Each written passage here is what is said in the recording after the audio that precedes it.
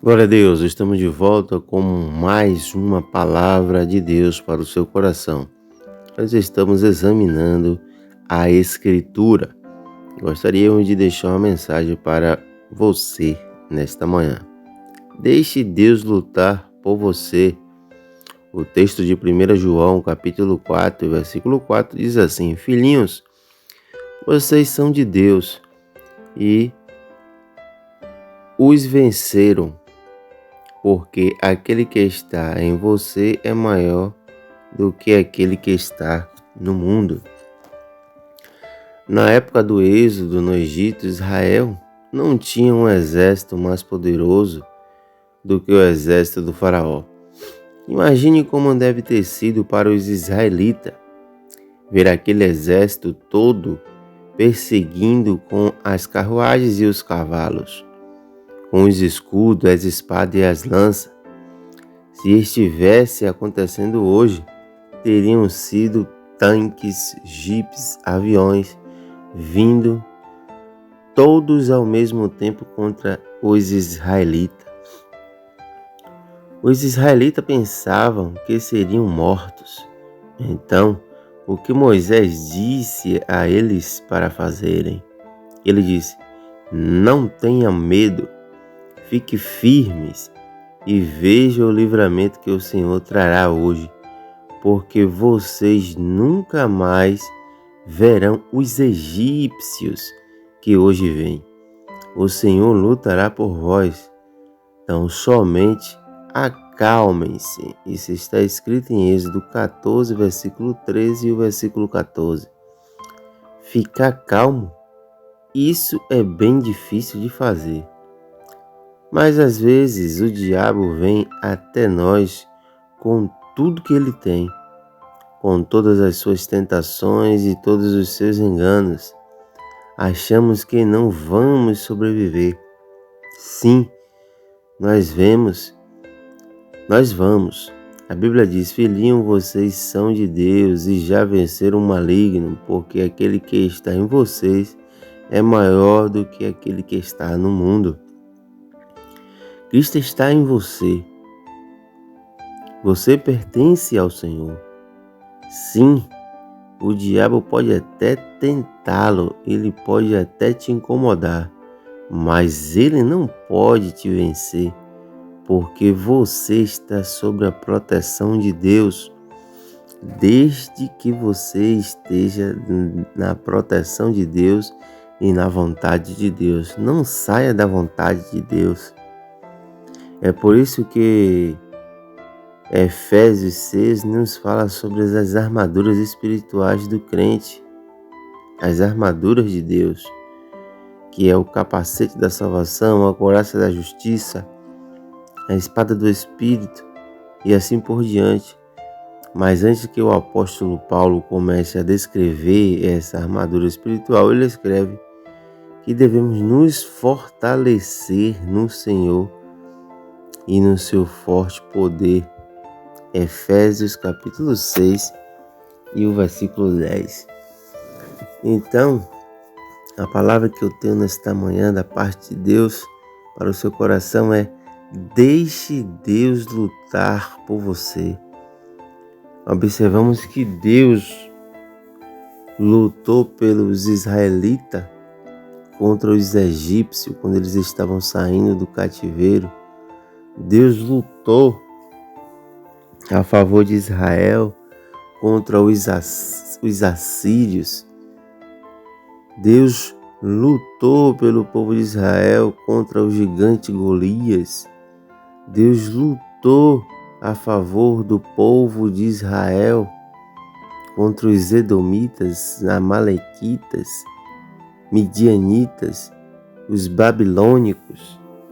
Então, veja que o Senhor sempre estará contigo desde quando você esteja dentro da sua vontade, dentro da sua misericórdia e dentro do seu propósito de obediência à sua palavra. Amém? Que Deus te abençoe, que Deus te guarde, fique firme e veja o livramento que dará o Senhor a você. Mas observe também, para complementar esta palavra, que Jesus, o Senhor Deus, é o mesmo de ontem, hoje, será e sempre e eternamente. Observe em Hebreus capítulo 11, versículo 6, que sem fé é impossível agradar a Deus, pois quem dele se aproxima precisa crer que ele existe e que recompensa aqueles que o buscam. Então, quando Jesus andou nesta terra, ele curou muitas pessoas, mas ele não curou a todos. Ele poderia ser curado, ter curado? Claro que sim. Jesus poderia ter curado a todos, mas será que todos serão curados na contagem de 3, 1, 2, 3, 1? Todos, em todos os lugares, teriam sido curados. Eles não precisavam nem ter tocado nas pessoas para curá-las. Não precisaria nem de tê-las visto. Jesus poderia ter feito isso, mas não fez. Ele respondeu às pessoas que clamavam por ele, como Bartimeu cego, que ouviu Jesus passando e gritou: Jesus, filho de Davi, tende misericórdia de mim. O único lugar onde Jesus não foi capaz de fazer milagre foi em uma cidade natal, a qual ele residiu por muitos anos, Nazaré. E foi só por causa de sua descrença, da sua falta de fé. Acho isso muito interessante, pois Jesus queria curá-los, mas ele não os curou por causa de sua incredulidade. Então observe que as circunstâncias de nossas vidas não são problemas para Deus. O problema é a nossa descrença. Como o pai que queria a cura para o seu filho possuído pelo demônio, também precisamos dizer: creio, ajuda-me a vencer a minha incredulidade. Marcos 9, 24. A fé pode fazer a diferença entre algo acontecer e não acontecer, porque Hebreus 11, 6 nos diz que sem fé é impossível agradar a Deus. Você não precisa ter uma super fé, você precisa apenas ter fé. Você pode olhar para a história de homens e mulheres na Bíblia e pensar: não sei se isso poderia acontecer comigo hoje. A obra de Deus não se limita a um determinado momento na história. A Bíblia diz que Jesus Cristo é o mesmo ontem, hoje e para sempre. Ele não mudou. Quem muda somos nós que mudamos. Nós deixamos de realizar, deixamos de fazer, deixamos de seguir, mas Jesus é o mesmo. Ele ainda trabalha através da fé.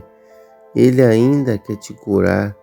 Ele ainda quer falar contigo, porque Ele é o mesmo ontem, hoje e para sempre. O homem que muda, o homem que tem variação de mudança, mas o nosso Deus, a Bíblia diz que não há nem sombra de variações, quanto mais variação. Ele é Deus e continuará agindo da mesma forma. Deus não está limitado por suas circunstâncias. Ele está limitado por sua falta de fé. Porque todas as vezes que ele realizou um milagre, ele disse: vai, a tua fé te salvou. Teve outro momento que ele disse: não encontrei nem em Israel tamanha fé.